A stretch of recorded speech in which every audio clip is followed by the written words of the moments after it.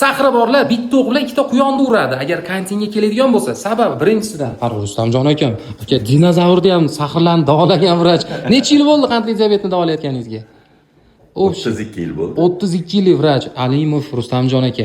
Ikkinchi o'q esa kimga tegadi desa, kantinni bilasizlar, 25 yildan beri mana shu laboratoriya bo'yicha juda ham qudratli bo'lib ketishgan. Qandli diabetni точно aniqlab beradigan qolaversa, mutlaqo bepul bo'ladi.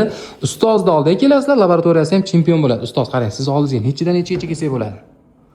Soat 9 dan 12 gacha. Yakshanbadan. Haqiqatdan mana shu kantin laboratoriyasi yaxshimi yo o'rtachami? Qandli diabet aniqlash bo'yicha kantinga men o'zim shunday ishonaman, chunki o'zimda ham tekshirib turaman qandli diabetni. Ustoz, mana shu kardiologik, misol uchun endokrinologik dorilarimizni ko'payib bir chimodon bo'lib ketadi-yu, uni korreksiyasidan sizdan maslahat olsak bo'ladimi? Albatta.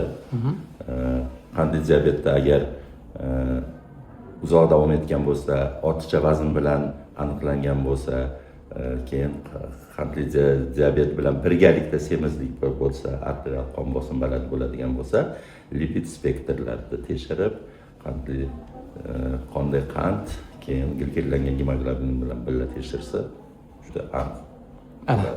Ustozni oldiga kelish uchun o'rtoqlar faqat o'chirib yozdirib qo'yasizlar. Ekranda nomerlarni qoldiryapman. Uzoqdan keladiganlar manzilni yozing, lokatsiyalarni tashlab beraman. Mabodo qo'shimcha ma'lumotlar kerak bo'lsa, profildan ulab qo'yaman, kirib o'tib yozaverasizlar. Ustoz uchun bitta like bosib, yodingizdan chiqmasin.